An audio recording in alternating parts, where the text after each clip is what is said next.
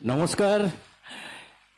এত এত আস্তে হাততালি তো সৈকতের জন্য হবে না, এটা সবাই মিলে হবে। প্রত্যেকটি কর্নার থেকে, এদিক থেকে ওদিক থেকে, মানে সমস্ত মঞ্চ থেকে আমরা এই সৈকত মিত্রকে পাওয়া মানে আমরা ছুঁয়ে যাচ্ছি একটি ঘরানা, একটি প্রজন্ম।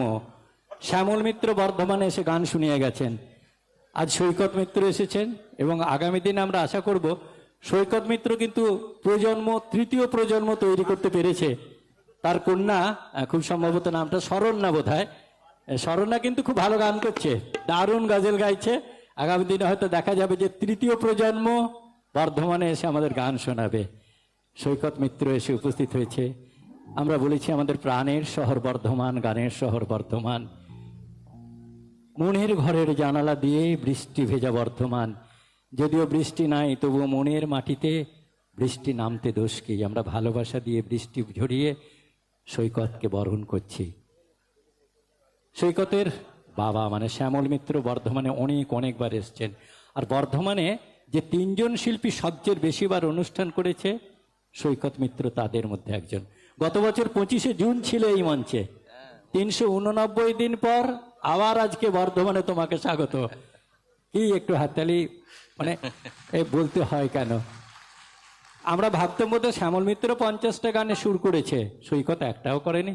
কালকে যখন ফোন করেছিলাম, বিশ্বাস করুন আমার সাথে যখন ফোনে কথা বললো, আমার মনে হলো বোধহয় আমি বর্ধমানের কোনো ব্যক্তির সাথে কথা বলছি। এত আনন্দের সাথে, এত আন্তরিকভাবে কথা বললো।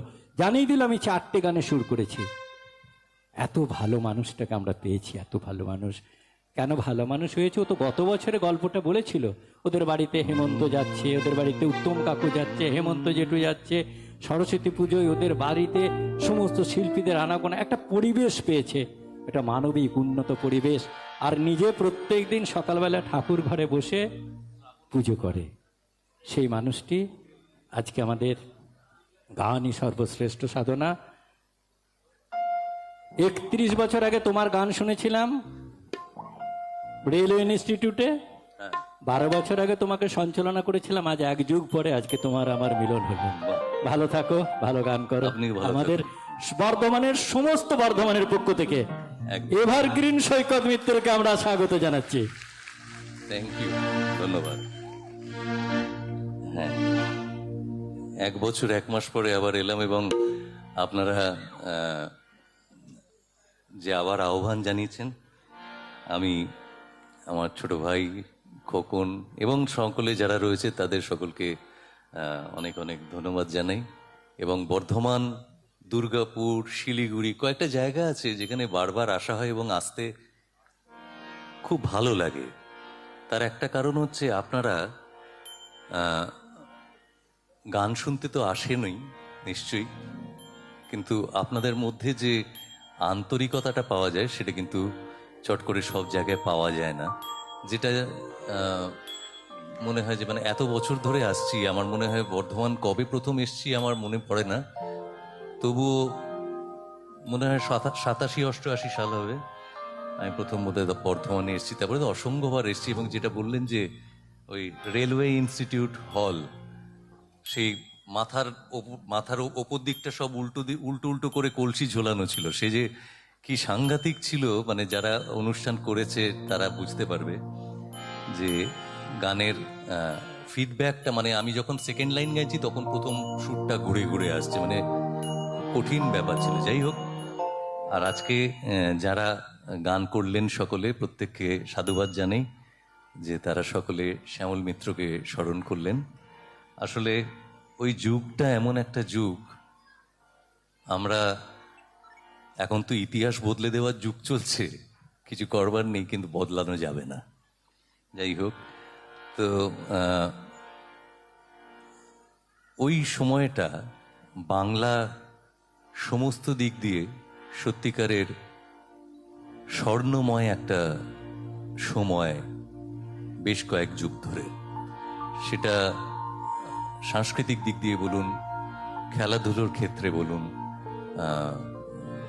রাজনীতির দিক দিয়েও বলুন, কি অসাধারণ সমস্ত মানুষরা তখন জন্মেছেন। তারপরে নিশ্চয়ই ভালো আছে, কিন্তু ওই সময়টা যেন আর ফেরত আসা যায় না। বিশেষ করে সাংস্কৃতিক জগৎ, যার মধ্যে নাটক বলুন, গান বলুন, সিনেমা বলুন, অসাধারণ এক কথা। যাই হোক, আমাকে আহ্বান জানাবার জন্য আমি অত্যন্ত কৃতজ্ঞ। আমি শুরু করি। আমি জানি না আগে কি কি গান হয়ে গেছে, সেগুলো রিপিট করব না, এটাই হওয়া উচিত। এই যে খোকন নাম, আমি তোমার নাম বললাম, তুমি কোথায় ছিলে? আমি শুরু করি একটা রবীন্দ্রসঙ্গীত দিয়ে শুরু করি। হ্যাঁ, মনে হয় তাই। আমাদের বাংলা সংস্কৃতির যেমন স্তম্ভ থাকে, প্রথম স্তম্ভ অবশ্যই তিনি। আজ শ্রাবণের ধারার মতো বাইরে বৃষ্টি হয়ে চলেছে, তাই পূজা পর্যায়ের সেই গানটা দিয়ে আজকের অনুষ্ঠান শুরু করছি। আলাপচারিতাটা সেরে নি, পরে আর হয়তো বলা হয়ে উঠবে না। একটু আপনাদের করতালির মাধ্যমে। একদমই ডান দিকে রয়েছে রূপেন্দু শেখর বসু, সকলে অত্যন্ত গুণী শিল্পী। তার পাশে রয়েছে সৌম্য প্রামাণিক, বাঁদিকে রয়েছে মৃণাল, তার পাশে রয়েছে কুনাল, এবং অনেক সময় ও ঢাকা পড়ে যায়, সবসময় আমার পিছনের বসে, কেন যাই না। ওরও নাম সৈকত, এবং শব্দ দিয়ে আমাদের যাবতীয় কাজকর্মকে অনেক সহজ করে দিচ্ছেন টোটন সোনা। প্রত্যেকবারই থাকে এবং অসাধারণ। অনেকবার ওনাদের সঙ্গে কাজ করেছি, ভীষণ ভালো লাগে। শুরু করি আপনাদের সম্মতি নিয়ে। শ্রাবণের ধারার মতো পড়ুক ঝরে, পড়ুক ঝরে, শ্রাবণের ধারার মতো পড়ুক ঝরে, পড়ুক ঝরে, তোমারি সুর কি আমার মুখের পরে, বুকের পরে, শ্রাবণের ধারার মতো পড়ুক ঝরে, পড়ুক ঝরে।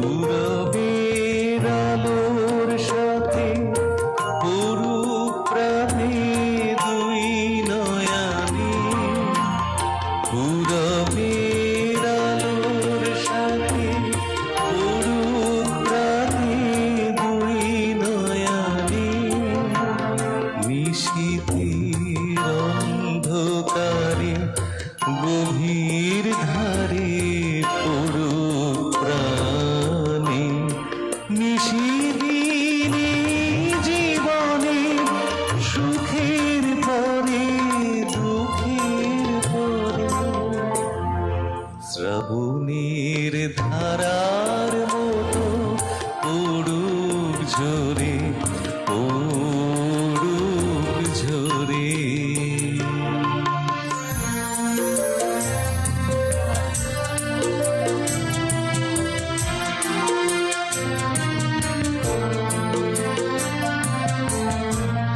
যে শাখায় ফুল ফোটে না, ফল ধরে না একেবারে, তোমার ওই বাদল বাই দিক জাগাই সেই শাখারে, যে শাখায় ফুল ফোটে না, ফল ধরে না একেবারে, তোমার ওই বাদল বাই দিক জাগাই সেই শাখারে, যা কিছু জীর্ণ আমার, দীর্ণ আমার জীবন হারা, যা কিছু জীর্ণ